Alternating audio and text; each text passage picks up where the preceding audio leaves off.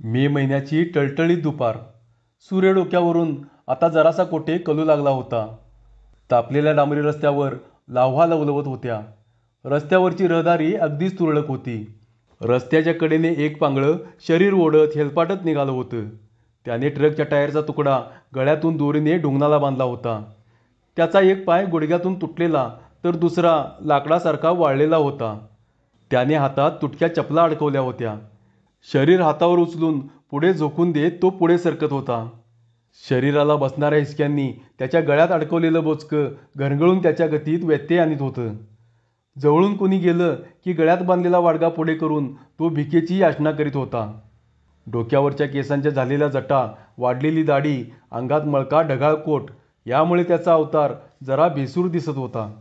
त्यामुळे असेल कदाचित. पण कोणीच त्याच्याजवळ भीक घालायला थांबत नव्हतं.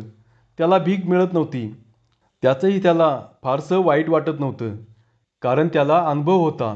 रस्त्यावरून गडबडीने जाणारे लोक सहसा भीक देण्याच्या मनस्थितीत नसतात. देवळं, हॉटेलं या ठिकाणी मात्र भीक हमखास मिळत असते. आता तो त्याच्या महत्त्वाच्या कामाला निघाला होता. त्याला त्याच्या बायकोचा शोध घ्यायचा होता. पण जाता जाता काही पडलं पदरात तर बरं, इतकंच त्याला वाटत होतं. एकेकाळी तोही धडधाकट होता. गण्या त्याचं नाव. तो एका कारखान्यात कामाला होता. कारखान्याला आग लागली तेव्हा तो निसटला होता. पण बाहेर पडता पडता त्याला एक कामगार कोसळलेल्या तुळईखाली अडकलेला दिसला. त्याने मदतीसाठी केलेल्या आकांतामुळे तो त्याला सोडवायला गेला. इतक्यात दुसरी पेटती तुळई त्याच्या अंगावर कोसळली. त्याचे दोन्ही पाय त्याखाली अडकले. त्याला इतर कामगारांनी ओढून बाहेर काढले. पण तो पुरता जायबंदी झाला होता. हॉस्पिटलात तो शुद्धीवर आला तेव्हा कळलं त्याचा एक पाय मांडीपासून कापला गेलाय आणि दुसरा पायही निकामी झाला आहे. तो पार हादरून गेला होता.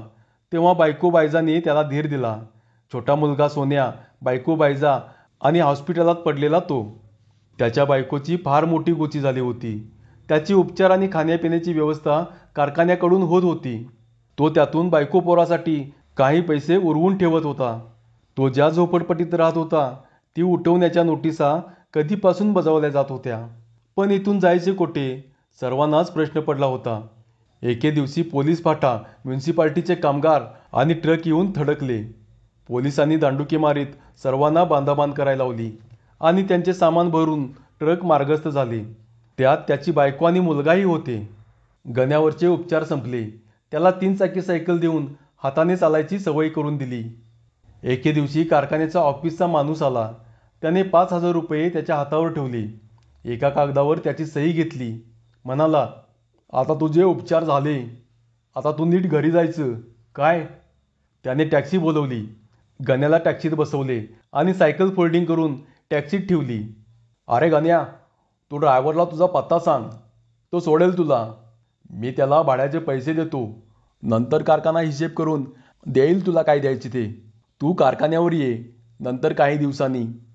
त्याने टॅक्सीवर थाप मारली. जाऊ दे रे, असा ड्रायव्हरला इशारा केला. किधर चलने का है भाई? टॅक्सीवाल्याने मागे वळून पांगळ्याकडे पाहत विचारले. काय सांगायचं? त्याने क्षणभर विचार केला आणि जुन्या झोपडपट्टीचं नाव सांगितलं. तसा टॅक्सीने वेग घेतला आणि 2-3 वळणे घेऊन ती मुख्य रस्त्याला लागली.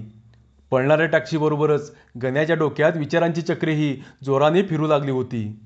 आपल्याला या अवस्थेत पाहून बायजाची काय अवस्था होईल? कसे असेल आपले यापुढचे आयुष्य? फिरणाऱ्या विचारचक्रांबरोबरच झोपडपट्टीही जवळ येत होती. एका ठिकाणी टॅक्सी थांबली आणि गण्या विस्पारलेल्या डोळ्यांनी टॅक्सीच्या खिडकीतून बाहेर पाहत होता. त्याचा आपल्या डोळ्यांवर विश्वासच बसत नव्हता. समोर उद्ध्वस्त झालेली झोपडपट्टी दिसत होती. 2 बुलडोझर जमीन सपाट करत होते. धडधडत्या अंतःकरणाने आणि अधीर नजरेने तो इकडे तिकडे पाहू लागला. लांब डोंगराच्या उताराला त्याला 2-3 झोपड्या दिसत होत्या. त्याने ड्रायव्हरला टॅक्सी तिकडे न्यायला सांगितले. तिथे आज प्रथमच टॅक्सी आलेली पाहून झोपड्यातील 2-3 मंडळी बाहेर आली. टॅक्सीवाल्याने गण्याला सायकलीसकट टॅक्सीतून उतरवलं. त्याला त्याची सायकल उघडून दिली आणि टॅक्सी निघून गेली. तो सायकलीच्या आधाराने उभा राहिला. त्याने इकडे तिकडे नजर टाकली. तेवढ्यात त्याला ओळखून एकजण हाक मारीत पुढे आला. तो नारू होता, जुन्या ओळखीचा. त्याला गण्याने पूर्वी अडीअडचणीच्या वेळी चांगली मदत केली होती. गण्याला सायकलवर बसवून नारूने सायकल ढकलत त्याला आपल्या झोपडीत नेले. झोपडी कसली, नुसता निवारा होता तो. झोपडपट्टी उठली तेव्हा सामानाचं बोचकं बांधून सर्वांचा डोळा चुकवून नारू इथं वरच्या भागात पळाला होता. त्याने आणि 2-3 जणांनी आता तिथेच वरच्या अंगाला निवारे उभारले होते. नारूने गण्याची चौकशी केली. त्याने आपल्या दुर्दैवाचा सारा पाडा नारूसमोर वाचला. थोडा वेळ सुंद मनाने तो बसून राहिला. मग भानावर येऊन त्याने नारूला विचारले, नारू, इथल्या झोपडपट्टीतली लोक कुठे गेली र? त्यांचा काय बी पत्त्या नाही बघ, पण त्यासनी वेगवेगळ्या भागात सोडले म्हण. मग कोणी तिकडं झोपड्या केल्या, कोणी तिथनं आणि कुठं कुठं गेली म्हण. पांगळ्याला आपल्या बायको पोरांचा विचार अस्वस्थ करत होता. कोठे गेली असतील, काय केलं असेल बिचारीनं, पण तो उघड काही बोलला नाही. नारू, मी तुझ्याच बाजूला जागा केली तर चालेल काय? मी देतो पैसे तुला, तुझी पण झोपडी नीट करून घेऊ. माझी काय बी हरकत नाही, पर आता तू करणार काय? काहीच करता येणं शक्य नाही तुला, पर भीक चांगली मिळेल. दोघांनी यावर खूप विचार केला आणि निर्णय घेतला. गण्याने भीकच मागायची, त्याला लागेल ती मदत नारूने करायची. त्याबद्दल गण्याने नारूला पैसे द्यायचे. त्यांचे हे बोलणे चालले होते. तेवढ्या धुण्या भांड्याला गेलेली नारूची बायको यशोदा आली. तिनेही पांगळ्याला ओळखले. तिच्याशीही त्याचे बोलणे झाले. तिनेही संमती दिली. तिने चहा ठेवला. सर्वांनी चहा घेतला. मग पांगळ्याने नारूकडे 300 रुपये काढून दिले. म्हणाला, झोपडीसाठी आणि स्वयंपाकासाठी सुद्धा काय लागेल ते घेऊन ये. लगेच नारू निघाला. नारूच्या बायकोने बाजूची जागा साफ करायला सुरुवात केली. तोवर नारू बांबू, प्लास्टिकचे कापड, दोऱ्या वगैरे सामान घेऊन आला. पांगळ्यासाठी छोटासा निवारा उभा झाला. रात्री जेवणं झाली. मग आठवलं, पांगळ्यांसाठी अंतरा पांघरायला काही नाही. तेव्हा यशोदा म्हणाली, त्याची काय बी काळजी करू नकसा. मला चादरी मिळाल्या आहेत जुन्या, काढा त्या बोचक्यातल्या. पांगळ्याची सोय झाली. दुसऱ्या दिवशी पहाटे सर्वजण लवकर उठले. ठरल्याप्रमाणे नारूने पांगळ्याला त्याची सायकल ढकलत रस्त्यावर सोडून कामाला जायचं आणि संध्याकाळी परत आणायचं. त्याप्रमाणे पांगळ्याला नारूने रस्त्यावर नेलं. मग म्हणाला, म्या असं करतो, तुला देवीच्या देवळाजवळ सोडतो, तिथं भीक चांगली मिळेल. त्याने पांगळ्याला तेथे नेले. तेथे अगोदरच 2 भिकारी बसले होते. ते लागले कटकट करायला. नारूने त्यांना समजावले, अरे बाबांनो, आज याचा पहिला दिवस आहे. कोण नाही याचं, पांगळा आहे बिचारा. तुम्ही त्याला लागेल ती मदत करा. मी तुम्हाला त्या बदल्यात देईन काहीतरी. तुमच्या भरोश्यावर सोडून जातो ह्याला. पांगळ्याचं नशीब बलवत्तर निघालं. त्या भिकाऱ्यानेही जास्त काही कटकट केली नाही. नारू तेथून आपल्या कामाला निघून गेला. पांगळा वाडगा पसरून भीक मागायला बसला. देवळात येणाऱ्या लोकांना पांगळ्याला बघून वाईट वाटायचे. ते त्याला भिक्षा द्यायचे. त्या दरम्यान बाजूच्या गावातील एक धनिक वारला होता. त्यामुळे त्याच्या नावाने दान करण्यासाठी त्याच्या घरची मंडळी आली होती. त्यांनी कपडे, मिठाई, भांडी आणि पांघरुणं वाटली. सगळ्यांनाच बरंच काही मिळालं होतं. त्या दोन्ही भिकाऱ्यांना हा पांगळ्याचा पायगुणच वाटला. संध्याकाळी नारू त्याला न्यायला आला. त्यावेळी ते दोन्ही भिकारी म्हणाले, आता रोज पांगळ्याला इकडेच आणत जा बाबा. बरं बरं म्हणत नारू पांगळ्याला घेऊन आपल्या झोपडीशी आला. नारू आणि यशोदा ते पांगळ्याला मिळालेलं सामान बघून खूप खुश झाली. दुसऱ्या दिवशी नारू कामाला गेला नाही. रात्री ठरल्याप्रमाणे पांगळ्याने त्याचे पैसे दिले. त्यातून नारूने बरेचसे सामान आणले आणि पांगळ्याची पडवी नीट केली. नारूचीही झोपडी नीट झाली. जुन्या बाजारातून पांगळ्याचं सामान ठेवण्यासाठी त्याने एक ट्रंकही आणली. सामानाची नीट लावालाव झाली. खायचं इतकं मिळालं होतं की 2 दिवस त्यांची खाण्याची चांगलीच चंगळ झाली होती. शेजारच्या झोपडीवाल्यांनाही त्यांनी बोलवून खायला दिलं. पांगळ्यावर सर्वांचाच लोभ जडला. आता रोज पांगळ्याला भीक ही चांगली मिळत होती. खायलाही मिळायचं. त्यामुळं नारूचीही चांगली सोय झाली होती. एके दिवशी पांगळा नारूला घेऊन कारखान्यात गेला. सेठने त्याला 10,000 रुपये दिले. म्हणाला, गण्या, झाला तुझा हिशेब, आता पुन्हा येऊ नको इकडे. पांगळ्यानेही कारखान्याकडून फारशी अपेक्षा केलीच नव्हती. त्याला पाहून कारखान्यातले त्याचे मित्र गोळा झाले. त्याचे त्यांच्याशी बोलणे झाले. चहापाणी झालं. पांगळ्यालाही खूप बरं वाटलं. नीट मदत कर याला, कामगार नारूला म्हणाले. पांगळ्याला त्याचा कोण आधार वाटला. आता पांगळ्याकडे पैसे जमले होते. त्याला आता वाटू लागले की बायकोची भेट झाली असती तर फार बरं झालं असतं. तिला पैसे देता आलं असतं. पोराला शिकवता आलं असतं. पर ती आता कुठं असल? अजून एकटीच राहत असल काय? कशी राहणार एकटी? कोणी ना कोणी जोडीदार शोधला असेल तिनं.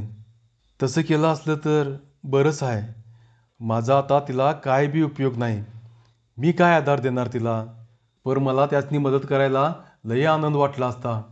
नाहीतर माझं जे काय आहे ते मी कुणाला देणार? मी इथं राहतो तसा त्यांच्या झोपडीकडेला राहिलो असतो. मला त्यांचा आधार आणि मीही नारूला करतो तशी त्यांना मदत केली असती. तिचा नवरा असेल आणि त्याला चाललं तर ठीक. नाहीतर माझं हे पैसं माझ्या पोराच्या कामाला आलं तरी खूप झालं. या विचाराने अलीकडे तो खूप बेचैन असायचा. रात्री त्याला झोप लागत नसे. त्याची आता बऱ्याच भिकाऱ्यांशी ओळख झाली होती. त्यांच्याशी आता सुखदुःखाची देवाणघेवाण होऊ लागली होती. पांगळा आपल्या मनातलं बायकोविषयीच्या भावना अनेकांना सांगू लागला होता. तिचं वर्णन सांगू लागला. तशा वर्णनाची बाई कोण्या झोपडपट्टीत आहे असं कोणी सांगितलं तर तो त्याच्याबरोबर जाऊन खात्री करायचा. त्याच्या भिकारी मित्राकडे आज एक लांबचा पाहुणा आला होता. बंडू त्याचं नाव. गप्पात गण्याने बंडूजवळ आपल्या बायकोचा विषय काढला. पांगळ्याचं ते सर्व बोलणं ऐकून बंडू त्याला म्हणाला, तुम्ही म्हणता तशी बाई आमच्या झोपडपट्टीत हाय. तुम्हाला यायला कसं जमतंय बघा. मी नेऊन दाखवतो तुम्हाला. पांगळ्याचं मन आता भरून आलं होतं. तुम्ही मला पत्ता रस्ता सगळं सांगून जावा. मी तिकडं कसं यायचं ते बघतो. त्या पाहुण्यानं पांगळ्याला सर्व माहिती दिली. त्याने ती नीट लक्षात घेतली. तो धडधाकट असताना त्या भागात एक दोनदा गेला होता. पाहुणं, मी नक्की येतो. पांगळ्याला आता बायको पोराला भेटायची ओढ लागली होती. त्या संध्याकाळी पांगळ्याने नारू आणि यशोदाच्या कानावर हे सारं घातलं. त्यावर त्यांची खूप चर्चा झाली. पांगळ्याबद्दल त्यांच्या मनात आता खूप जिव्हाळा आणि आपलेपणा निर्माण झाला होता. त्यांनी पांगळ्याला हिंमत दिली. पांगळ्याला आता नजरेसमोर बायको आणि पोर दिसत होते. नारू, यशोदा, मला बायको लेकरू भेटली. ती सुखात आहेत हे कळलं तरी खूप झालं. तिनं तिकडं संसार थाटला असला तर चांगलंच आहे. मी त्यांच्यात असणं तिला आवडलं नाही तर मी तिला माझी ओळख बी देणार नाही. बायको पोराला बघावं एवढी एकच इच्छा मनात आहे. ती पुरी झाली की बास झालं. आणि समजा मी राहिलोच त्यांच्यात तर ही माझी पडवी सामान सुमान हे सारं काही तुमचं. तुम्ही मला जो आधार दिला तो मी मेलो तरी विसरणार नाही. त्याचे डोळे भरून आले. अरे बाबा, उपकार बिपकार काय नाहीत. आम्हाला तुझी सेवा करायला मिळाली हे आमचं भाग्यच आहे. तुझी सोबत झाली आणि तुला एक आनंदाची बातमी सांगतो. तुझ्या पायगुणाने या झोपडीत लवकरच एक बाळ खेळणार आहे. आमच्या हातून तुझी काय सेवा झाली असेल त्या पुण्याईचं देवान हे फळच दिलंय बघ. नारूची बायको चक्क पांगळ्याच्या पाया पडली. पांगळ्याला गैवरून आलं. लगबगीनं तो पेटाऱ्याजवळ गेला आणि 200 रुपये घेऊन आला. म्हणाला, नारू, आता जा आणि थोडं गोडधोड थोडं चिकन बिकन घेऊन ये. पैसे उरवून आणू नकोस. उरलेल्या पैशातनं घराला लागणारं सामान घेऊन ये. त्या रात्री खूप उशिरापर्यंत तिघांच्या गप्पा चालू होत्या. आज पहाटेला जरा लवकरच जाग आली. आता पांगळ्याला हाताने सायकल चालवता येत होती. पण इतक्या लांब सायकल न्यायची नाही. त्यापेक्षा ढुंगणावर सरपटत गेलेलं बरं. चढावावर सायकल कोण लोटणार आणि सायकल चालवून हातही भरून येणार. सायकल ठेवून कुठे जाताही येणार नाही. ढुंगणाखाली टायरचा तुकडा आणि हातात तुटक्या चपला. झोपडपट्टी भागात तो असा सरपटत जायचा. कपडे मुद्दामच फाटके करायचे ठरले. म्हणजे रात्री कुठे झोपावे लागले तरी कोणाची नजर नको सामानावर जायला. त्याच्याकडे जुना ढगाळकोट होताच आणि उन्हासाठी डोईला मुंडासं. पाठीवरच्या बोचक्यात पांघरून आणि कपडे. गळ्यात भिकेसाठी वाडगा असा तो तयार झाला. बायको पोराला भेटायचं म्हणजे जरा चांगल्या अवतारात जायला पाहिजे होते. केस कापायला हवे होते. निदान दाढी तरी करायला पाहिजे होती. पण राहिली. असू दे आता, त्याचं काय नाही मोठं. त्याने आपल्या मनाला समजावले. तो निघणार तशी देव पावो आणि तुला तुझी बायको भेटो असे म्हणून येशीने वाकून त्याला नमस्कार केला. गण्याचंही मन भरून आलं होतं. नारू, यशोदा, काय पण होऊ दे. बायको भेटो न भेटो पण मी तुम्हाला भेटायला पुन्हा नक्की येणार. सायकल ठेव घडी करून. हे डबडंही ठेवा तुमच्या सामानात. मग ठरवू काय करायचं त्याचं. पांगळ्याने पुन्हा आठवण करून दिली. निघताना त्याचे डोळे भरून आले अश्रू वाहू लागले. तेवढ्यात पांगळ्याला काहीतरी आठवलं. त्याने कोटाच्या आतल्या खिशात हात घातला. 200 रुपये काढले आणि यशवदाला दिले. यशवदा, मी बाळासाठी आधीच देऊन ठेवतो. ही माझी भेट. बाळाला बघायला मी नक्की येणार. सर्वांचा निरोप घेऊन पांगळा निघाला. त्याचे अश्रू वाहत होते. ते त्याने तसेच वाहू दिले. नारू आणि यशवदाचेही डोळे भरून आले होते. मोठ्या आशेने आणि जिद्दीने पांगळा हेलपाटत रस्ता कापीत होता. आता दुपार झाली होती. तसे त्याच्या पोटात कावळे ओरडू लागले होते. रस्त्याकडेला त्याला एक वडापावची गाडी दिसली आणि तेथे जाऊन पांगळ्याने याचना केली. त्याचं नशीब, गाडीवाल्याने त्याला चहा नाश्ता फुकट दिला. तो पाणी प्यायला आणि मुंडाशाच्या फडक्याने त्याने घामाच्या धारा पुसल्या. परत मुंडाचं डोक्याला बांधलं आणि पांगळा पुढे निघाला. आता दुपारी रस्ता कायलीत उकळावं तसा भाजून काढीत होता. पण पांगळा बायको मुलाच्या आशेने पुढे सरकतच राहिला. डोक्यापासून उगळणाऱ्या घामाच्या धारा मध्येच थांबून तो मुंडाशाने पुसायचा आणि परत मुंडासे डोक्याला बांधायचा.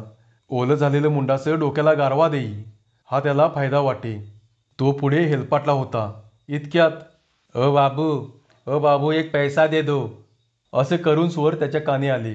त्याने वळून पाहिले तर रस्त्यापलीकडच्या गल्लीतून रस्त्यावर एक मरतुगडा आंधळा भिकारी येत होता. तो करून स्वरात गात भीक मागत होता. पण जाणारी माणसे कोठे आणि त्याचा पसरलेला वाडगा कोठे. तो फुटपाथ ओलांडून रस्त्यावर आला आणि कडीने चाचपडत पुढे निघाला. परमेश्वरानं इतकं चांगलं जग बनवलं आणि याला भिकाऱ्याने आंधळंही बनवावं. पांगळ्याला त्या आंधळ्याची दया येत होती. इतक्यात त्यानं पाहिलं, आंधळा विजेच्या खांबाला आदळणार, पण त्याच्या हातातल्या काठीने त्याला वाचवलं होतं. अरे रे, कसं होत असेल याचं. इतक्यात पाठीमागे झालेल्या खडखडाटाने पांगळा भानावर आला. त्याने मागे वळून पाहिले. एक घोडागाडी पांगळ्याच्या अगदी जवळ येऊन थांबली होती. अगदी थोडक्यात तो घोड्यांच्या टापापासून वाचला होता. साला मरणे का ऐक्या, चल जल्दी बाजू हट. अरे बापरे, आपण रस्त्यावर आलो तर. पांगळा लगबगीने बाजूला सरकला. टांगा निघून गेला. पुन्हा पांगळा पुढे निघाला. पांगळ्याचं पुन्हा लक्ष आंधळ्याच्या आवाजाकडे गेलं. आंधळा पुढे जातच होता. अरे बापरे, पुढे गटाराच्या मेनहोलचं तोंड उघडं दिसतंय. अरे कोणी वाचवा त्याला. पांगळा मनातच ओरडला. तेवढ्यात कसल्या तरी आवाजाने तो दचकला. त्याने मागे वळून पाहिले तर एक आलिशान कार त्याच्या अगदी जवळ येऊन थांबली होती. खिडकीची काच उतरवीत ड्रायव्हर त्याच्यावर खेकसला. तसा पांगळा पुन्हा बाजूला झाला. कार भुरकन निघून गेली. पुन्हा मार्गस्थ होत पांगळ्याने मागे वळून पाहिलं. आंधळा त्या होलाच्या पुढे सरकला होता. इतक्या थोड्या वेळात इतकी संकट. त्याचं आयुष्य कसं जात असेल आणि कसं निभवत असेल त्याचं. आंधळ्याच्या विचाराने त्याचे मन गैवरले. त्याचे डोळे भरून आले. तो तसाच हेलपाटत पुढे निघाला. जरा वेळाने त्याला डोंगणाखाली गारगार जाणवलं. त्याने थांबून डोळे पुसून पाहिलं. वाहत्या गटाराच्या पाण्यातून तो सरपटत निघाला होता. मारी, आपलं हे काय वेड्यासारखं चाललंय. तो स्वतःशीच पुटपुटला. पाण्यातून बाहेर येऊन त्याने डोंगणाखालच्या टायरच्या तुकड्यातलं पाणी काढलं. धोतर जमेल तसं अंगावरच पिळलं. ओले हात तोंडावर फिरवले. मग मुंडाशाला पुसले. चला, असं का होईना, गारवा भेटला. पण आपल्याला असं दुसऱ्यात गुंतून चालणार नाही. अजून बराच पल्ला गाठायचा आहे. आता आजूबाजूला कुठं लक्ष द्यायचं नाही, कशात गुंतायचं नाही, असे स्वतःशीच पुटपुटत त्याने आपली गती वाढवली. दिवस मावळतीकडे झुकत होता. तो आता बंडूने सांगितलेल्या झोपडपट्टीत शिरला होता. त्याने बंडूची चौकशी केली तर त्याला कळलं की झोपडपट्टीतल्या कोणाला तरी टॅक्सीने उडवलंय. त्याला जवळच्या हॉस्पिटलमध्ये नेलंय आणि बंडूही तिकडेच गेलाय. पांगळ्याने हॉस्पिटलचा पत्ता विचारला आणि तो सरपटत निघाला. हॉस्पिटलात झोपडपट्टीची ही गर्दी जमली होती. त्याने त्यातीलच एकाला बंडूला बोलवायला सांगितले. थोड्या वेळाने बंडू आला. म्हणाला, गण्या तू? अरे तू नेमका आजच आलास. तुला काय बोलू काय नको असं झालंय मला. बरं सांगतो. मी इकडं आल्यावर तू सांगितल्याप्रमाणे चौकशी केली. तुझी बायको इथं आहे आणि तिनं जो नवरा केलाय त्याला आज टॅक्सीने उडवलंय. त्यालाच उपचारासाठी इस्पितळात आणलाय. पर डॉक्टर पैसे भरल्याशिवाय उपचार करायला तयार नाहीत. 5,000 रुपये भरा म्हणतोय. बंडू, तू आधी बायजाला बोलिव. पांगळा उतावीळ झाला होता. तसा बंडू हॉस्पिटलात गेला आणि बायजाला घेऊन परत आला. तिने पांगळ्याला ओळखले आणि तिने कपाळावरच हात मारून घेतला. अरे माझ्या देवा, हे आणि काय नवं संकट. ती धाय मोकलून रडायला लागली. बायजा, तसं काय बी समजू नकोस. मी नाही कुठं आडवा येणार तुझ्या सुखात. तुला पैसे पाहिजे नवं? हे घे, मी देतो. त्याने बोचकं सोडलं. जपून ठेवलेल्या बंडलमधील 5,000 मोजले. मग पुन्हा आणखी 1,000 त्यात घातले. ते पुढे करीत तो म्हणाला, हे घे, भर डॉक्टरला. आधी तुझ्या नवऱ्याचा इलाज करून घे. बायजा त्याच्याकडे नुसती पाहतच राहिली. तसे बंडूने तिला खुणावले, अगं घे, घे ते पैसे आणि भर जा डॉक्टरला. ती दोघांकडे आळीपाळीने पाहत होती. तिला काय करावे तेच सुचत नव्हते. बंडूने पांगळ्याच्या हातातून पैसे घेऊन बायजाच्या हातात कोंबले आणि तिला हॉस्पिटलात नेले. पांगळ्याने एक दीर्घ निश्वास सोडला. बराच वेळ तो तेथेच बसून राहिला. आत काय चाललं असावं याची पांगळ्याला उत्सुकता लागली होती. त्याच्यावर उपचार चालू झाले असं कळावं यासाठी तो अधीर झाला होता. पण तसं कोणाकडे विचारणार? बंडू आतून परत आला नव्हता. तो मदत करत असेल बायजाला. असू देत, कळेल नंतर. त्याने स्वतःला समजावलं, आपण अगदी वेळेवर आलो. ही सगळी देवाचीच कृपा. असे म्हणत त्याने हात जोडले. त्याला आता खूप थकवा जाणवत होता. त्याचे हातही खूप दुखू लागले होते. बाजूला 2 इमारतीमध्ये मोकळी जागा होती. तेथे बराच अंधार होता. तेथे आराम करावा.